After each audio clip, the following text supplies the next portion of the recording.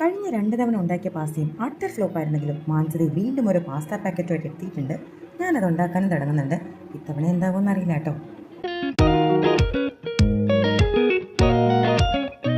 ദോഷം പറയരുതല്ലോ, pasta utter ഫ്ലോപ്പായിരുന്നു. എവിടെയാണ് എനിക്ക് തെറ്റുപറ്റിയതെന്ന് എനിക്ക് തന്നെ അറിയില്ല. പാസ്തയ്ക്ക് എന്താണോ എന്തോ എന്നോട് ഇത്രയും ദേഷ്യമെന്ന് ഞാൻ. ഇനി മേലൽ പാസ്ത ഉണ്ടാക്കില്ലെന്ന് ഇത്തവണത്തോടെ ശപഥം ചെയ്തിരിക്കുന്നു.